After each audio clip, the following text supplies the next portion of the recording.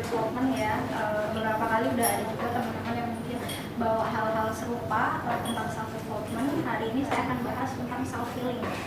Jadi gambarnya aja udah kelihatan nih. Kira-kira kalau dengar kata healing yang terlintas di pikiran teman-teman apa? Liburan. Jelong-jelong. Apa? Apa? Tidur. Iya benar loh. Tidur. Apalagi? Shopping. Nah, dan sebagainya ya. Definisi healing menurut teman-teman 2023. Sebenarnya ya karena seiring berjalannya waktu ternyata healing itu memiliki pergeseran makna gitu. Tadi seperti yang teman-teman bilang, ada yang bilang jalan-jalan, liburan, shopping, tidur dan sebagainya. Nah, mungkin saya akan jelaskan secara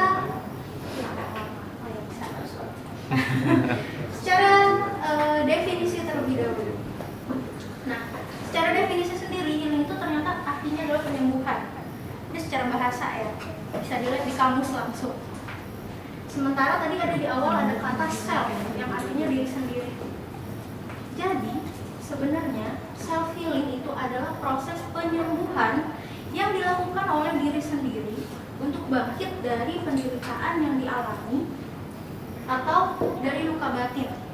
Nah, jadi ternyata healing ini maknanya nggak sesederhana cuma jalan-jalan, nggak sesederhana cuma kita shopping atau tidur atau tadi pergi ke Bali gitu. Ternyata disebut healing ketika di dalam itu ada proses penyembuhan, ada proses penyembuhan yang dilakukan oleh diri sendiri. Oke, jadi secara bahasa itu tadi ya, bukan sekedar jalan-jalan. Nah, tapi sebenarnya ketika teman-teman udah jalan-jalan, udah shopping, udah tidur, merasa ada proses healing itu enggak? Ada proses yang sembuh enggak? Bisa jadi iya, bisa jadi enggak, tergantung apakah dalam proses itu kita memang menyembuhkan diri atau sekedar meringankan pikiran, sekedar istirahat sejenak untuk kembali refresh lagi. Kemudian balik lagi tadi, ternyata disebut healing ketika ada proses penyembuhan luka batin. Nah, kira-kira kalau dengar luka batin, apa sih yang terlintas? Kenapa bisa ada luka batin? Luka batin ini sumbernya dari mana sih? Luka hati. Semua dimulai dari baper. Iya, betul. betul. Semua bisa dimulai dari baper atau biasanya kejadian-kejadian yang menimbulkan perasaan nggak nyaman di diri kita. Ada rasa sedih, ada rasa marah, ada rasa kecewa. Contohnya, adanya kejadian yang menyakitkan. Misalnya kita menerima perlakuan kayak diabaikan sama teman kita. Kita udah effort banget nih, nggak dipeduliin, kan kayak nyesek ya gitu.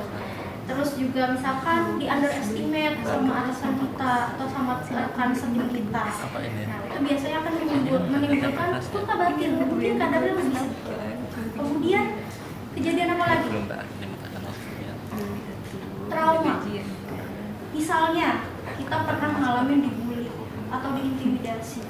Apalagi kalau misalkan ternyata kejadian itu kita dapat dari orang-orang terdekat kita. Biasanya lukanya tuh makin gede gitu ya. Kok bisa sih orang terdekat yang kayak gitu? Terus apa lagi? Ada juga ekspektasi yang terlalu tinggi. Nah, ini tuh ternyata bisa jadi sumber luka batin gitu. Kenapa? Karena kadang kita udah ngebayanginnya indah-indah dulu ya kan? Udah ngebayanginnya, oh ini misalkan besok saya ulang tahun, kayaknya nanti teman-teman bakal surprisein, dapat hadiah rame lalai. Ternyata ada yang krik gitu, kecewa dong, ya kan? Terus apa lagi? Ada perfeksionis dan idealis. Nah ini juga ternyata nggak baik. Ketika kita terlalu perfeksionis atau idealis, kita punya harapan yang tinggi. Contohnya misalnya dalam pekerjaan, pokoknya hari ini harus selesai, nggak boleh ada salahnya, harus dipandang bagus dan sebagainya. Ternyata ada hal-hal yang kita nggak bisa duga gitu, ada insiden lah gitu, hal yang ternyata menghambat dan gagal nih idealisnya. Itu akan menjadi luka batin. Kemudian yang terakhir, sibuk membandingkan diri dengan orang lain. Nah ini cari penyakit sih sebenarnya. Kadang kita tuh terlalu terlalu sibuk membandingin diri sama orang lain, misal sama teman-teman seangkatan terutama ya. Kok dia udah lulus, kok saya belum? Kok dia udah nikah, kok saya belum? Kok dia udah jadi bos, kok saya masih jadi karyawan? Ya kan? Lihat Instagram, oh si ini jalan-jalan ke luar negeri, terus kenapa gitu kan? Nah kadang kita suka cari penyakit nih, sibuk ngebandingin diri kita dengan orang lain, sehingga sebenarnya itu jadi luka buat diri kita sendiri. Padahal kalau kita bisa menghilangkan iri dengki itu, kita bisa ikut happy sama teman kita, mungkin energinya bisa jadi balik ke kita gitu. Kita bisa jadi ikut happy gitu kan. Nah, jadi dengan adanya luka batin ini dampaknya itu luas gitu. Gak cuma ke diri kita, mungkin juga bisa ke lingkungan kita atau ke sekitar kita. Dan ke diri kita sendiri tuh mungkin kita bisa jadi rendah diri, bisa jadi kecil hati, bisa jadi ada perasaan gagal atau perasaan gak berguna. Nah, sekarang kira-kira kenapa harus self healing? Kenapa sih healingnya harus sama diri sendiri? Karena kemarin sudah sempat dibahas ya, ada sempat sedikit Mas Andika kalau nggak salah itu bilang makin besar kayaknya kita lingkungan pertemanannya semakin sedikit, ya nggak? Ya kan? Waktu kecil kita tuh rame-rame, seneng-seneng terus. Tapi makin gede tuh mengerucut, udah dewasa kayak temennya ini lagi, atau mungkin bahkan makin tua teman kita tuh cuma pasangan kita doang, nggak ada lagi orang lain. Terus gimana kalau pasangan kita nggak ada? Kita tinggal sendiri. Jadi ya itu sih, gimana caranya kita bisa survive dengan diri kita sendiri. Apalagi kemarin kita sempat ada pandemi, nggak ketemu sama orang, ya kan?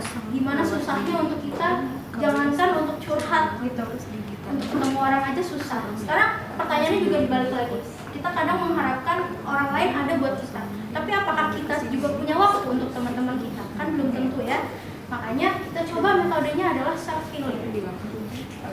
Nah, terus untuk apa sih proses self healing ini? Ada beberapa tujuan yang kita bisa dapat dari self healing. Yang pertama, kita bisa memahami diri sendiri. Jadi kita bisa lebih paham kondisi diri kita sendiri, perasaan kita gimana, apa sih hal-hal yang kita suka, apa hal-hal yang kita nggak suka. Kita bisa lebih tahu apa yang bisa kita bikin kita nyaman atau nggak nyaman. Yang kedua, kita juga bisa menerima ketidaksempurnaan kita sendiri. Jadi ketika kita udah tahu, oh iya tadi saya kurangnya ini, saya nggak sukanya ini. Nah, kita jadi bisa menerima nih, oke, disinilah titik ketidaksempurnaan kita. Tapi itu bukan berarti menjadi penghalang saya untuk terus hidup gitu kan, untuk move on. Oke, kemudian juga bisa membentuk pikiran positif dari apa yang udah terjadi. Jadi ketika kita udah tahu, udah di tahap tahu diri sendiri, udah di tahap menerima ketidaksempurnaan, secara tidak langsung kita akan membentuk pikiran positif.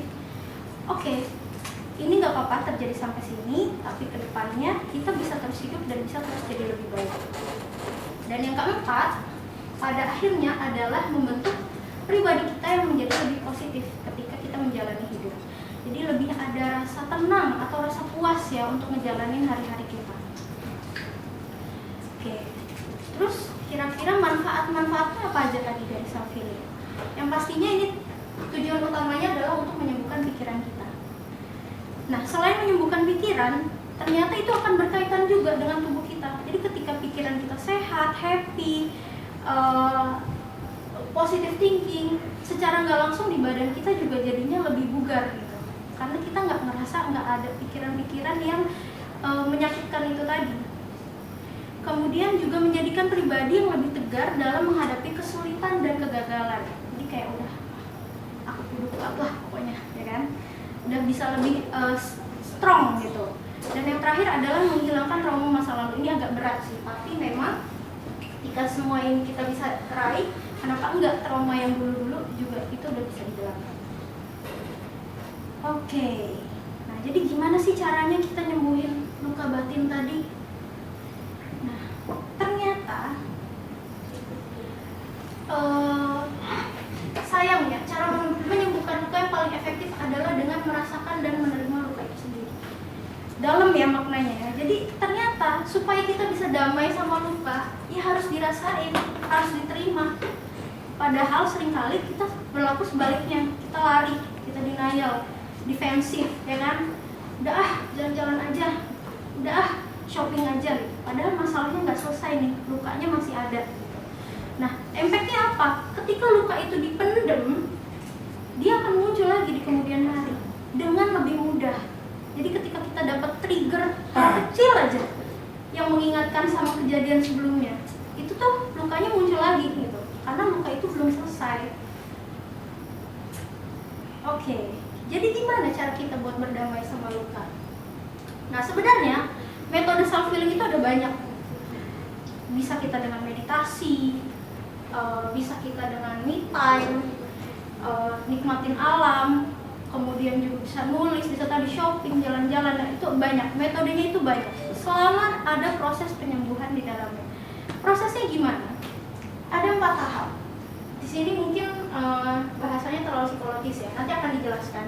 Ada 4 tahap, ada namanya self compassion, self distancing, self acceptance, dan positive self talk.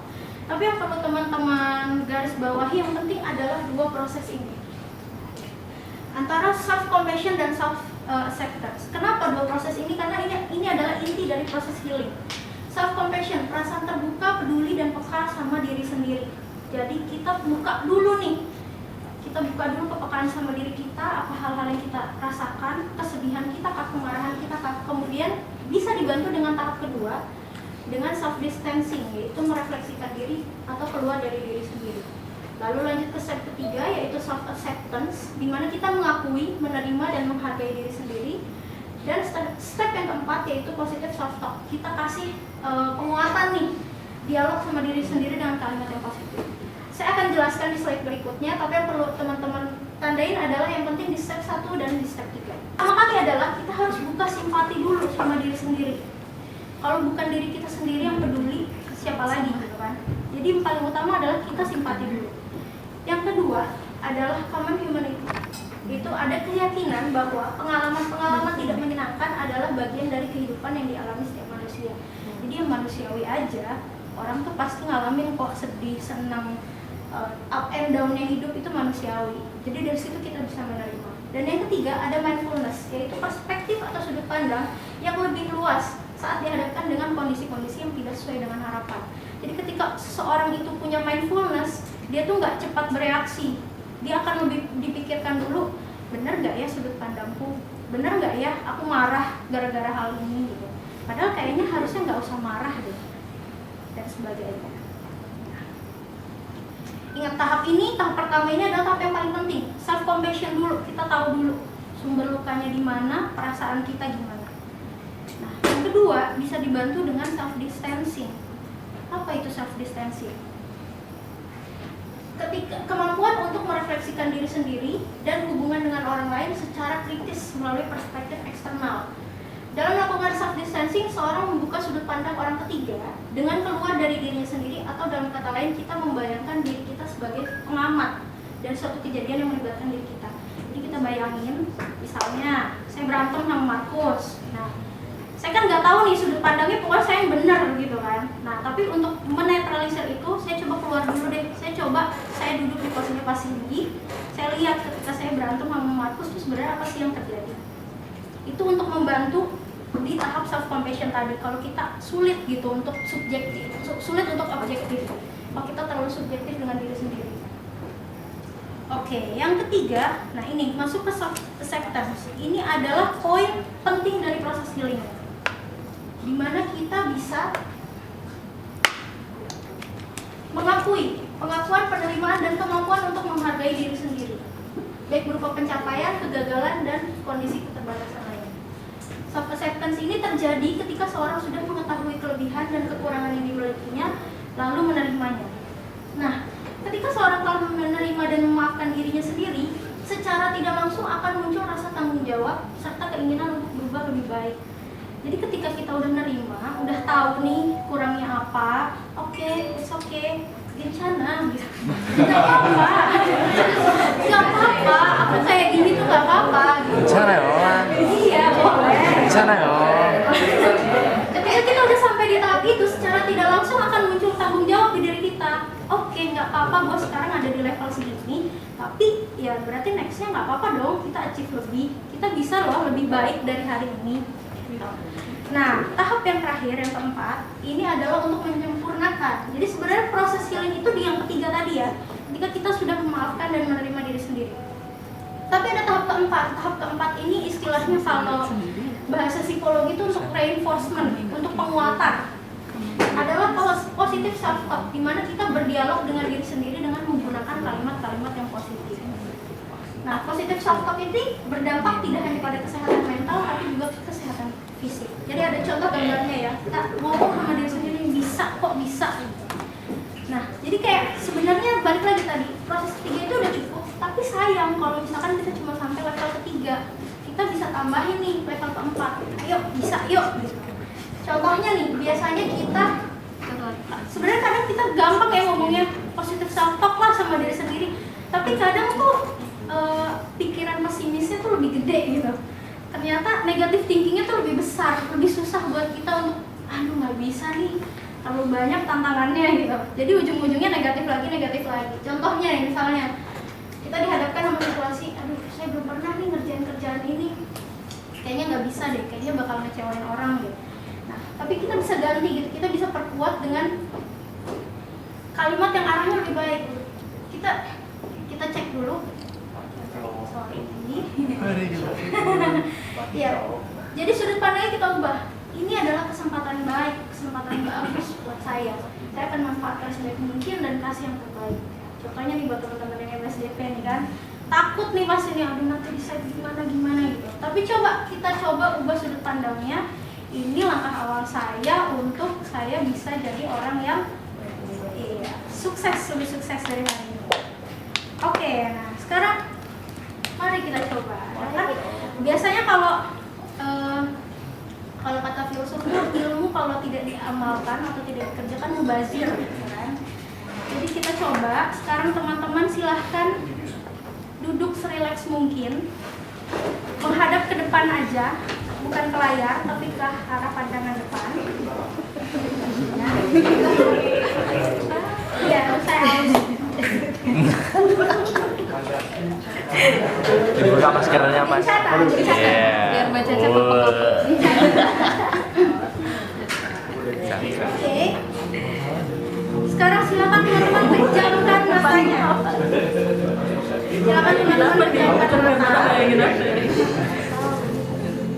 Silakan teman-teman pejamkan mata, duduk serileks mungkin.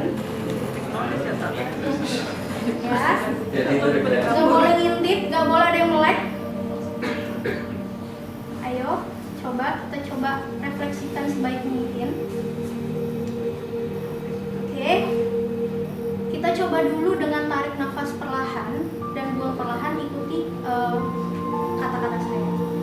Tarik nafas 1, 2, 3, 4. Tahan 1, 2, 3, 4, 5, 6, 7. Buang 1, 2, 3, 4, 5, 6, 7. Lebih rileks lagi, tarik nafas perlahan 1, 2, 3, 4. Tahan 3, 4, 5, 6, 7. Buang. Oke, silakan saat ini teman-teman pikirkan satu kejadian yang baru-baru ini terjadi, yang belum lama terjadi, yang membuat pikiran kita atau membuat perasaan kita jadi sedih, marah, atau kecewa, dan perasaan-perasaan negatif lainnya. Tidak usah kejadian yang terlalu lampau, supaya kita lebih mudah mengingat detail-detail. Silakan teman-teman pikirkan. Teman-teman boleh anggukkan kepala kalau teman-teman sudah memilih satu kejadiannya. Oke. Masih tetap dengan pernafasan yang tenang. Tarik nafas perlahan. Tahan. Buang. Oke, sekarang kita bayangkan detail situasi tersebut. Situasi yang tadi teman-teman sudah pilih. Detailnya saat kejadian saat itu, ada siapa saja di sana. Bahkan detail-detailnya apa baju yang mereka kenakan, pakaiannya warna apa, rambutnya seperti apa, dan sebagainya. Dan apa yang sedang kita semua lakukan di kejadian itu.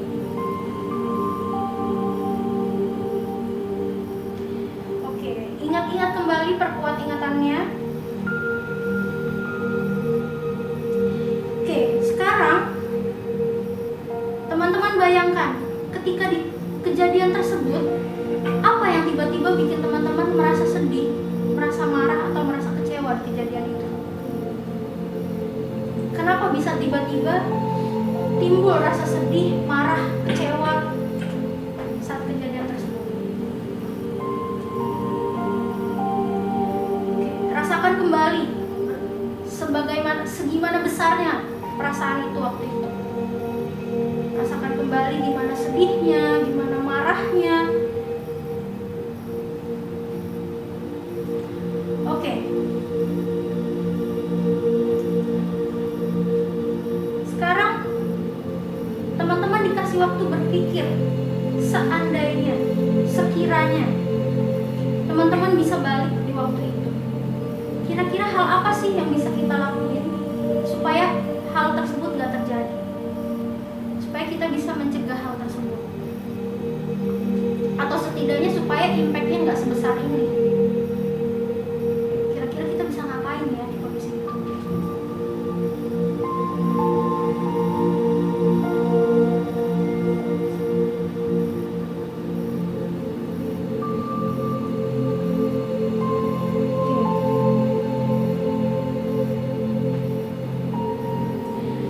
Sekarang tanya lagi sama diri teman-teman.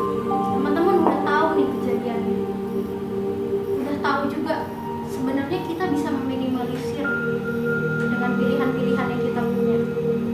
Tapi apakah kita sudah mencoba untuk menyampaikan pikiran-pikiran kita itu terhadap orang yang terlibat dalam kejadian itu? Atau mungkin masih dipendam sampai sekarang?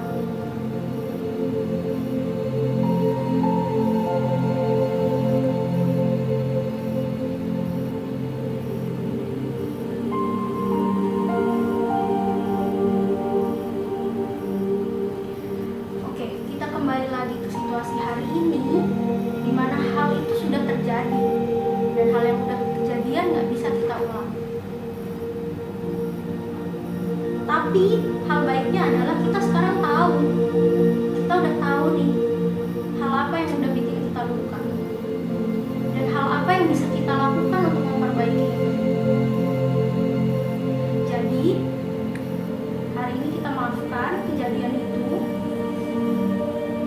Kita maafkan orang-orang yang mungkin secara tidak langsung, sengaja ataupun tidak sengaja sudah menyakiti kita. Dan kita ambil positifnya. Kita ambil apa yang sudah kita bisa pelajari hari ini untuk kita terapkan ke depannya.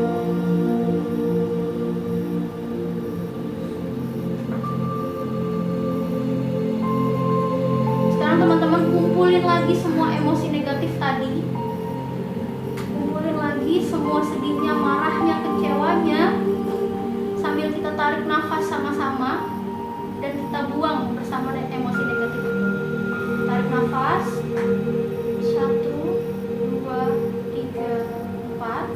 Tahan. Buang. Buang bersama dengan emosi-emosi negatif itu. Buang semua marahnya, sedihnya. Kita coba sekali lagi, tarik nafas. Tahan. Buang.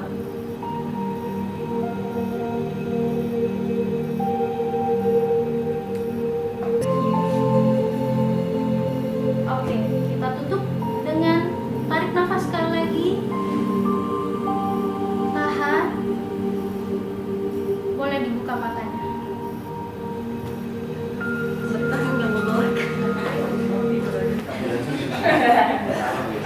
Oke, boleh diambil tisunya. Waduh, nggak tersedia nih, Coach.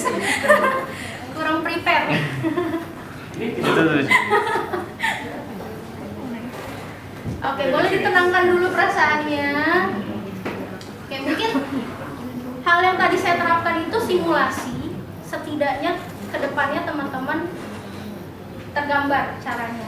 Mungkin hari ini nggak semua orang bisa sampai ke titik itu, tapi ya balik lagi, yang kita coba tadi adalah contoh supaya nanti ya apa yang saya share hari ini mungkin teman-teman bisa aplikasikan sendiri ke depan. Kalau memang butuh, sebenarnya proses ini tuh panjang, nggak bisa dalam waktu 5 menit 10 menit. Jadi memang harus dalam kondisi tenang, harus diproses juga, tapi setidaknya ada gambaran. Oke.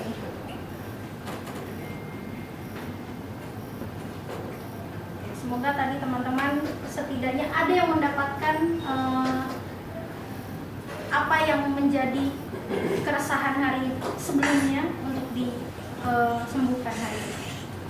Oke, terakhir ada pepatah bilang dari Akshay, healing doesn't mean the damage never existed. It means the damage no longer control the life. Jadi sebenarnya ketika kita healing bukan berarti gak ada lukanya, bukan berarti ke depannya tuh gak ada lagi kecelakaan-kecelakaannya yang ngerusak hidup kita gitu. Tapi setidaknya kita bisa mengontrol, setidaknya kita udah tahu.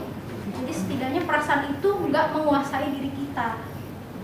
Gitu. Dan yang perlu teman-teman, mungkin saya garis bawahi lagi, kalau tadi ditanya di awal healing itu apa, jalan-jalan dan sebagainya. Jadi sebenarnya proses healing itu bukan terjadi di pantai, di gunung, di mall, di bioskop, di kafe, saat shopping dan sebagainya. Tapi proses healing itu terjadi di otak kita dan di hati kita. Oke, terima kasih. Sekian dari saya. Semoga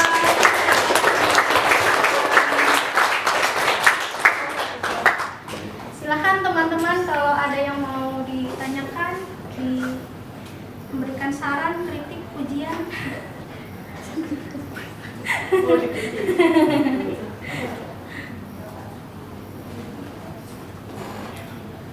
Kamu nanya itu bangunan trainer itu ya? Oh iya. Masih gitu loh ya? CV saya nih Pak. Boleh dicatat ya. Iya, gimana? Kayaknya masih terbawa emosi ya. Gimana? Ada yang mau disampaikan? Oke Mbak Lita, tadi mungkin ini Leoni ada menyampaikan sesuatu. Oh iya, silakan Leoni. Tadi ada, dia ada ngomong tadi sama saya di belakang, cuma saya nggak ngerti di belakang sama dia. Apa Jadi tuh? ada beberapa slide tadi yang ada 4 tahapan tadi. Oke.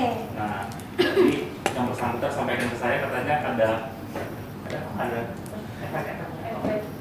Jadi kan ini ada 4 cara nih Kak. Tapi setahu saya di antara 4 cara ini kalau kita tidak lakukan dengan benar itu malah jadi timbal balik yang buruk. Kayak misalkan self distancing, ini kan merefleksikan diri. Yang ada kalau terlalu didalami self distancing ini, setahu saya dia jadinya bisa antisosial, di mana dia merasa nyaman dengan dirinya sendiri, dia jadinya tidak mau terbuka dengan orang lain. Terus kayak self acceptance itu jadinya dia bisa jadi self denial karena dia merasa dia tidak menerima, jadinya dia malah mengakui bahwa itu bukan kesalahan dia, malah itu kayak dia merasa oh saya benar, saya nggak ada salah apa-apa gitu. Jadinya bagaimana sih cara kita itu bisa mengontrol gitu cara-cara ini agar tidak menjadi hal yang kebalikannya gitu. Oke, wah bagus pertanyaannya. Gimana sih jawabnya?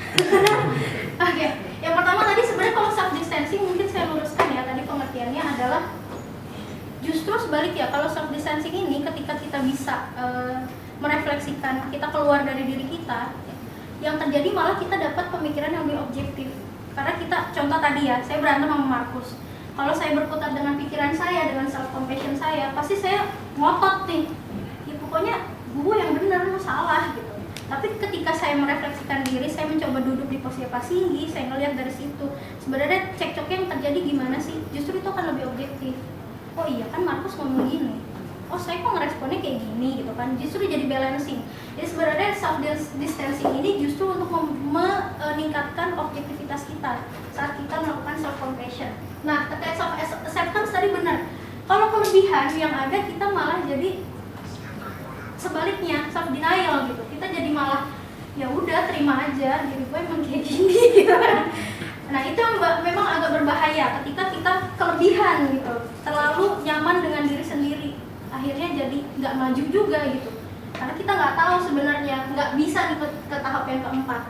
Nah mungkin ketika terjadi seperti itu, ini kan kita judulnya tadi self ya, self healing. Nah mungkin ketika self atau diri kita sendiri tidak bisa mengontrol, kita butuh bantuan orang lain, kita butuh share dengan orang lain. Balik lagi poinnya itu, ketika self ini tidak bisa mengontrol semua tahapan ini, ada bantuan orang lain. Makanya ada bantuan-bantuan tenaga profesional, baik itu konselor, psikolog, psikiater, dan lain sebagainya. Karena untuk membantu kalau kita nggak bisa mengontrol diri kita sendiri. Tapi sebenarnya nggak usah jauh-jauh ke profesional. Kalau ternyata kita punya orang terdekat yang bisa membantu, itu bisa lebih baik. Misalkan ada kakak atau ibu, orang tua, sahabat, sebagainya, untuk membantu kita melihat sebenarnya kita udah objektif atau belum sih. Sebenarnya kita di sini tuh udah di tahap aman atau sebenarnya tadi itu kelebihan gitu, yang sehingga malah menyerang balik ke diri kita sendiri. Mungkin itu sih sarannya. Jadi secara tidak langsung terkadang healing ini tuh tidak bisa kita lakukan sendiri. Berarti Betul. kita harus, ketika kita mencoba untuk diri kita sendiri tidak bisa, berarti kita harus mencari bantuan dari orang. Betul. Ini adalah ibaratnya apa ya? Opsi tadi kan kita dijelaskan di awal. Kenapa sih kita harus self healing? Kadang kita nggak bisa ngomong ke siapa-siapa. Ada situasi-situasi yang mungkin kita nggak bisa ngomong ke siapa-siapa, atau kita nggak punya waktu untuk share ke siapa gitu. Kalau kita bisa coba dengan diri sendiri, kita coba. Tapi ketika kita memang nggak bisa, nggak perlu dipaksakan. Kita memang harus cari bantuan orang lain. Oh gitu. Oke, baik. Oke, ada insight dari Pak Devi. Kita buka dulu.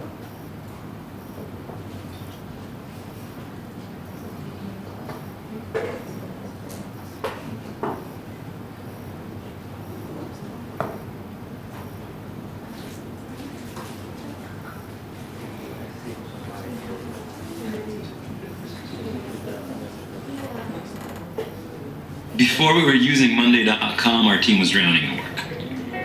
Our days used to split between work and managing work, but Monday.com just took care of all of the management, so we could simply focus on the work itself. As soon as we started, we were building and running workflows that made it really easy for us to work together. It's such a visual platform, you wouldn't believe it. You immediately get a sense of where everything stands. Enggak sih, Bentley memang begitu. Anything from everyday teamwork to processes that cross departments. Like, for example, the team is far more efficient now that they're automatically notified at each stage of the process. Cuts out a lot of those sync meetings, because now we're all in sync.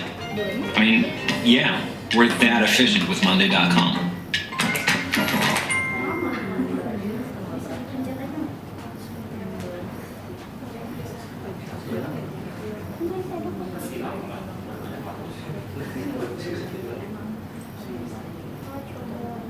I love what I do. Royal Parfum Series by Soclick yang terinspirasi.